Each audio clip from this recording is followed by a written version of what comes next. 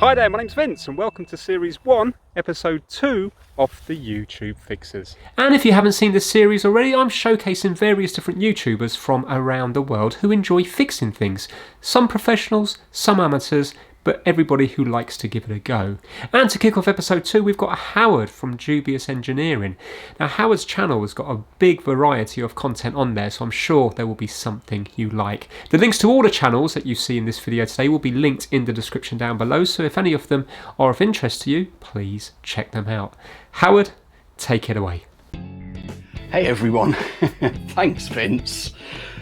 Pong! Now I'm not talking about the smell that comes out of your bottom. I'm talking about old school computer games. So as a kid, I do remember going round to a friend's house and playing on one of these sort of bat and ball games where you sweep the knob left and right. Or perhaps in the case of the unit that we're going to repair today, you slide the slidey knob up and down. And you would play things like tennis, shooting, bat and ball, squash, that kind of stuff. Neil from RMC has sent me this unit because it's got a little bit of a fault. He's asked me if I can have a quick look at it.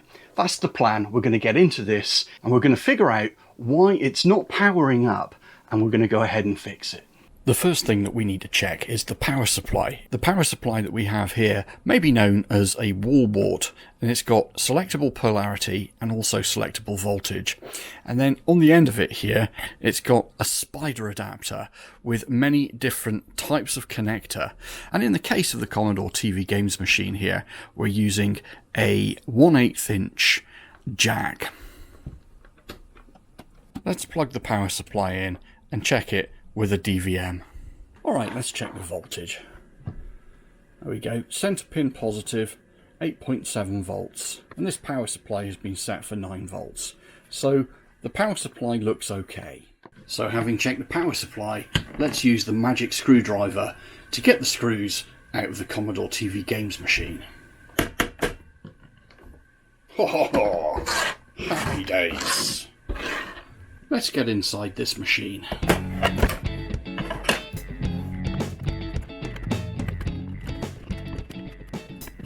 So the first thing an engineer should do is go in with his eyes and his ears. So I'm looking for burnt patches on the PCB and possible components that look like they've exploded or given up the ghost, let the smoke out of the machine. So here we've got a TV modulator. We've got a clock crystal here. This here is the main chip, which has a very wobbly heatsink on the top of it. Over here we've got an audio transformer, which is feeding this tiny speaker.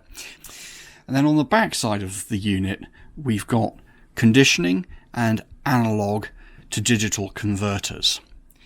Well, there's not a lot of things obviously wrong with that side, apart from the wibbly heatsink. So let's go ahead, pop some more screws out and have a look on the other side of this PCB.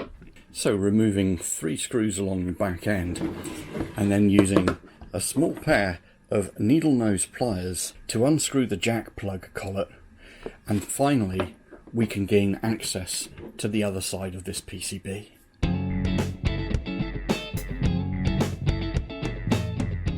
So removing that surround hasn't really given us much more access to the electronics inside this unit.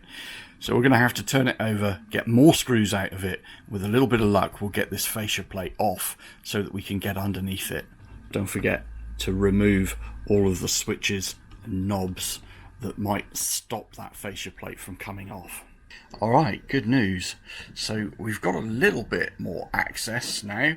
The problem is we've still got cables connected, so we're going to have to desolder those, and at this point things are getting quite complicated, so I strongly recommend taking a picture of the details of where things were so that you can solder things back in place when you're finished. I'm just going to pop a little mark on the board here to indicate the orientation of that chip.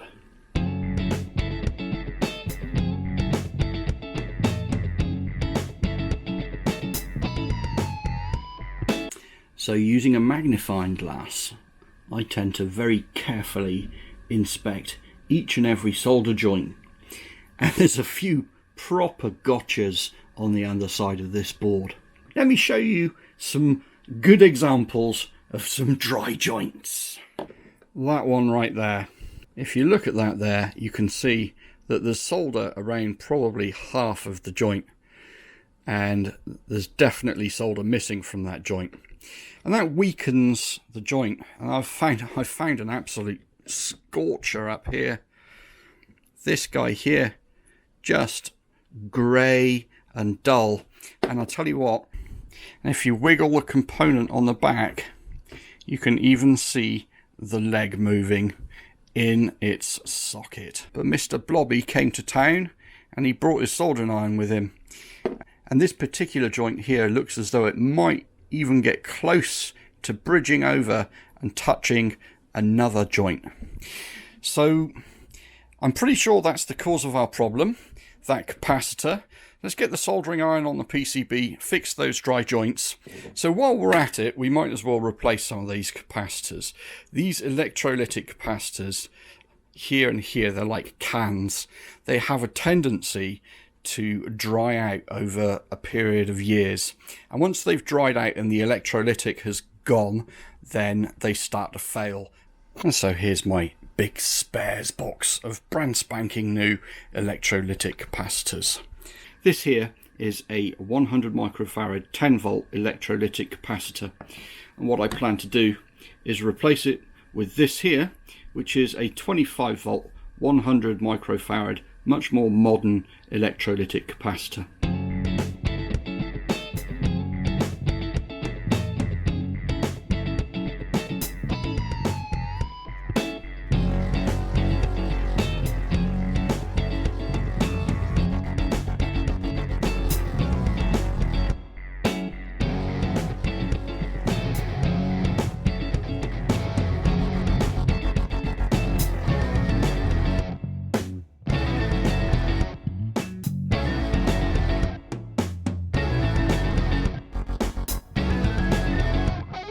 So using my reading glasses, we're going to go ahead and do that for all of the capacitors on the PCB here. Reassemble it, test it, and with a bit of luck, everything will work again.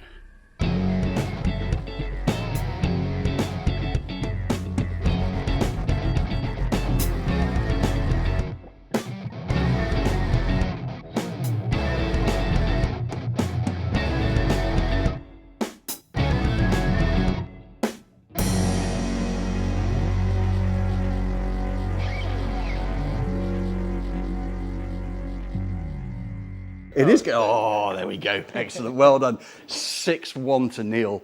Anyway, Neil very kindly gave me the opportunity here to show you this Commodore games console, Pong machine, working on a 1970s Sony CRT telly. How cool is that? A massive, massive thank you to Jack Bill for the music for the video, and also a massive thank you to Neil for lending me the equipment to have a play around with, and of course a big, big thumbs up to Vince and all Vince's crew. Take care, people. Thanks again for watching. Have a wonderful week and weekend. Bye for now. Thank you, Howard. What a lovely little fix, and cheap as well. A couple of capacitors and some solder. Hardly going to break the bank, and hopefully now that will go on to work for many, many, many years to come. Now, on your desk at the beginning, I knew I recognised one of them, and I went to my dad's house, and sure enough, I think it's the same one. A Benetone. Look at that. So this is my one, or the family's one, from when I was really young. And this is my earliest memory. So this would have been bought from one of my older brothers. And then when I was about 3 and 4, I remember playing this one here. And it was amazingly quick as well. You'd have to have quick reactions because remember, it was on a CRT TV as well. So no lag. So yeah, also nice to see Neil from RMC as well. Nice little guest appearance at the end there, so fantastic. Now, let's move on. So next up, you're stuck with me, my mate Vince. And in this video, I'm going to be working on an old Yamaha keyboard that doesn't have any sound. It's one of my favourite fixes for my own channel that was filmed a couple of years ago. So here is an edited down version, especially for the YouTube fixes. So it was up for £12.99 on eBay, but then I watched the item and the next day a message came in saying that the seller has offered a 15% discount, so I went for it. So I paid £11 and 4p for this. And it just says a Yamaha Mini Vintage Electronic Keyboard PSS 12, synthesizer 40, no sound. And then if I look at the description, The unit powers on, but the unit produces no sound. Let's get some batteries in it and let's see what it's doing. Oh, look at this. Right, so where are we putting them in? So we're putting them that way.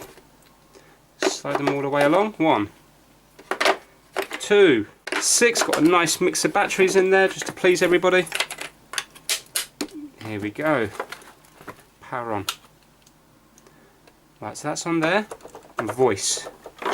Volume up. 1 touch setting. Start, stop, minus. Right, I'm presuming it should just play. Yeah, so look, that must sort of be the beat or the tempo, is it? I'm not too sure. Oh, well, this is good. This is good. So there's no sound. But I'm thinking there's going to be lots of different wires coming to the board, so I don't think it's going to be a speaker problem. I wonder whether there's some sort of little audio chip or something in here which has gone faulty. Okay, let's take it apart. What have we got here now? Right, so this is the power thing here. So we know that that's okay. Nice bit of dust here. That goes off to a speaker here. That goes off to a speaker there. So do you think it's going to be one of these little chips here, this little chip down here, or could it be some, I mean, it doesn't look like anything's corroded, but there's no sound at all. So even if it was a problem with the keys, you would still have that sound when we go on to the song thing. Oh, look at that, 11th of December 1995.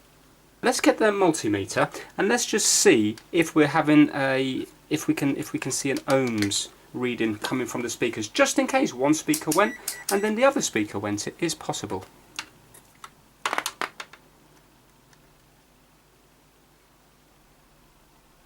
Right, so that's a 4 ohm speaker, so I presume this is going to be a 4 ohm speaker as well. Yeah, 4 ohms. Right, so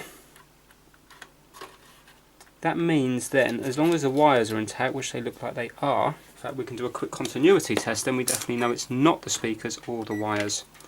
So let's go between the dotted one here, which is this one, there, and this one here. Yeah, that's okay. Yeah. Right, so we know it's not the speakers or the wires, which is great. That's exactly what I wanted, because I didn't want this to be, I want this video to be a bit more interesting than that. So where do we stand with this no audio fault on this keyboard at this moment? Well, it looks like power's going into the board okay. It looks like the board's actually responding when we hit different buttons. For example, when we choose different songs, you can see that the tempo's changing. But yet, there's no audio. Speakers look okay, the wires from the speakers look okay. I've even tried headphones and they're not working either. Now looking at the board, it all appears to be perfect. There's no water damage and there doesn't seem to be any blown or leaking capacitors or anything like that. It all looks immaculate. So that leads me to believe that it's probably going to be a fault with one of the chips. So what I'm going to do is I'm going to just get some speakers and then I'm going to get a 3.5mm jack coming out of the speakers, and I'm going to probe around on the board to see if we can hear the audio at an earlier stage than, for example, the keyboard speakers. Hopefully intercept the signal earlier and we might be able to hear the sounds of the keyboards coming out earlier, and then we might be able to fault find it that way. So I'm going to be using the ground from the 3.5mm jack to the ground of the keyboard, and then I can just probe the 3.5mm jack, the tip of it, on different points on the board in order to find out where this fault is coming from. So what we need to do is we need to look at the Yamaha chip and we need to get a data sheet for it to see where the audio is supposed to be leaving that chip. So that's where we're going to be picking up the video now. I think I need to be looking at these ones here, the left channel output and the right channel output, I'm thinking. So yeah, that's what I'm going to be doing. I want pins 3 and 4 for the left side and 5 and 6 for the right side. There is no 3 and 4, look. You're not going to need stereo on a piano, are you? Yes, I suppose it's just going to be coming out of the right. It's just a piano, isn't it? So you're going to have the both sound out the speakers, so it's just mono. Right, so now I need to follow those second two. As far as I can see, it's these two up here, because if you have a look, it just goes up to these two. So the bottom one is going to be the negative here. Yes, I can hear something. Woohoo! Yes! Ba ba ba ba ba. Oh, lovely. Lovely. Go on. Ah, now that is music to my ears. Yes, this might be fixable. Brilliant. So we have it here. So now all I have to do is see where that goes to on the other side of the board and start following it through. And that works. So then it jumps across to here and here. And that works. Then from there it goes, hold on now, from there it goes via these two inductors and it ends up here. So again, this should be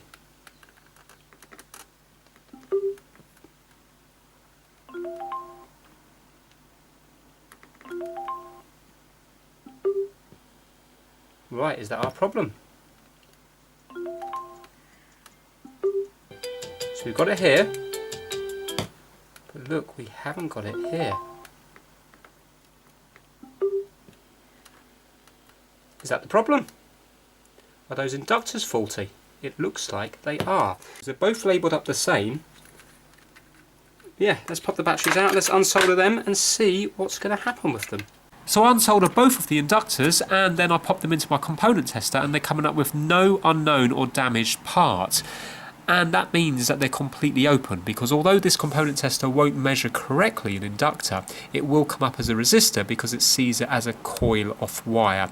So I then order up 2 inductors from eBay. They're very cheap, and next time you see this part of the video is when I'm soldering in the new inductors. Now with these, it doesn't matter which way round they go because they are just a coil of wire, and look at that, they are a perfect fit. So let's just do them one at a time.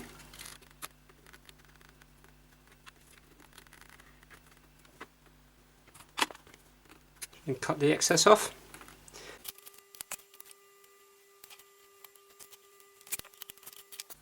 And I'm just going to clean up with some IPA. Okay, so there we have it, back together and looking nice and neat, and you wouldn't really know that they've been replaced. So let's put this all back together now and see if we have anything. Okay, that is it, nice and clean. Let's pop the batteries in and let's see if the keys are actually working or not. Oh, I just heard it. I just heard it. It's working. It's working. Listen to that. I actually like that. Let's ruin it.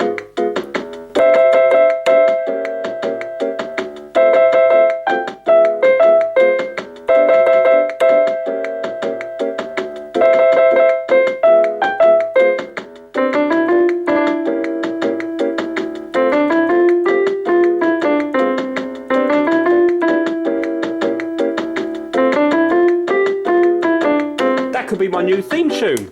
Loving that. And those inductors are still working 2 years later, much to the misery of my wife and kids. But how nice was that fix? So now let's move on to another YouTuber with another fix. And next up we have Kip from the YouTube channel Kip Hakes. Now Kip's going to be looking at a clock radio that has a lot of sentimental value to him. So Kip, over to you. Thank you so much, Vince. So in today's video we are going to be looking at this, and this is a Xylon Tech CE1718, and as you can see it is a bedside clock. Now may just look like a bit of an old bedside clock, and it is, but it actually belonged to my grandparents. It's probably one of the only things that I've got left from my grandparents' house, so it does mean a bit to me. And I just like having it on my bedside table to look at and just, you know, remember them. So it's all working pretty well, aside from the time setting function on the top here, specifically the minute button. Now it makes a click, sounds like it's doing something, but it's not. Let me just dim the lights a little. So I'm pressing the time button and the minute button.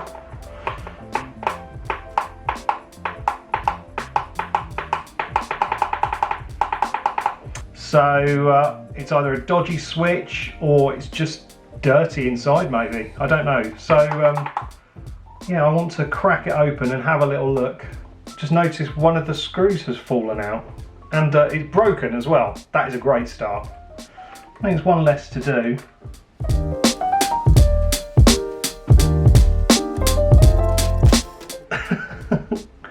Yeah, I'd say quite a bit has broken off in there.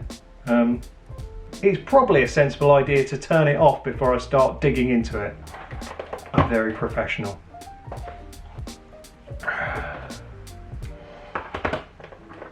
So I had toyed with the idea of getting Echo Show for the bedroom or something like that, but this just means a lot to me.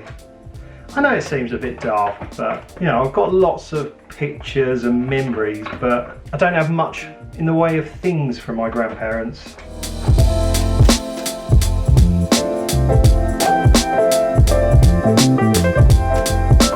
See, this is quite an interesting shape, so I'm going to be interested to see how the electronics sort of all squeeze in. Right. Oh, there we go. Right, so that's inside it. So we've just got a transformer there, little piezo, I think it's a speakery thing for the alarm. Got a very old looking circuit board here. Got the display, and then we've got this top board which is glued into position.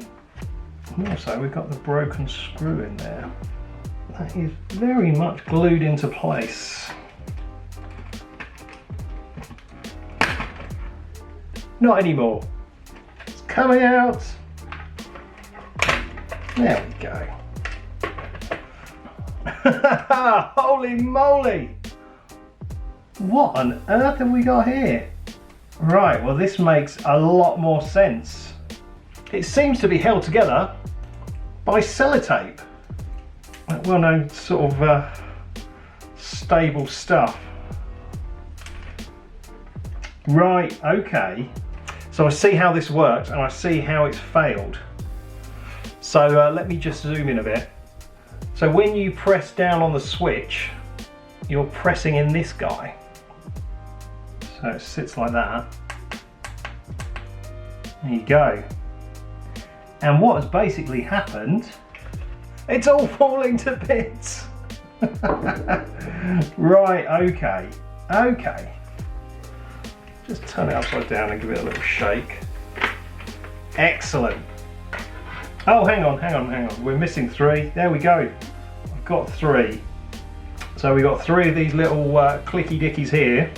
And yeah, they're basically just sellotaped onto the board. See, this one's still intact. So I'm guessing the minute one had just popped out of position.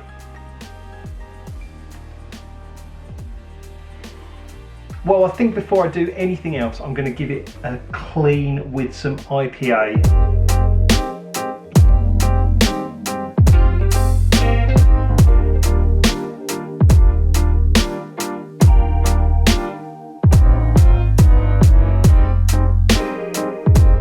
See, part of me thinks, don't use sellotape to repair this. But then part of me thinks this is what it was originally made with. They'd use sellotape. I mean, this isn't that old, you know, so electrical tape was a thing. But I want to try and keep it as it was. So I'm going to get some sellotape and repair it like that. Is this the best way of repairing something? No. Will this repair last? Again, probably no.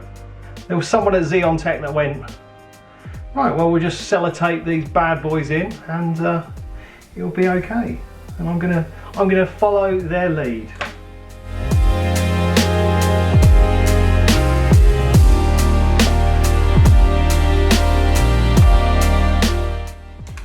I'm being weirdly emotional doing this. Just sort of thinking about them.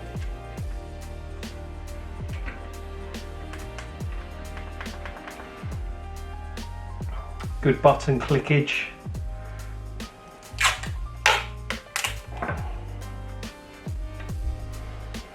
I mean, I don't expect this to last like for years, and it's not the kind of heirloom you pass down to your children, but I don't know.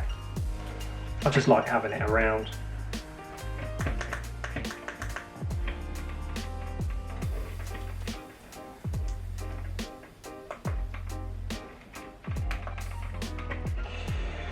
So there we go.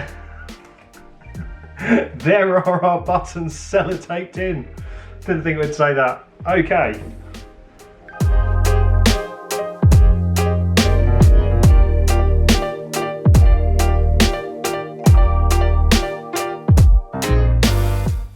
So there we go, that is it glued. My hot glue gun skills need honing a little bit. Well, I won't say what it looks like. Anyway, let's get it back together and see it all working.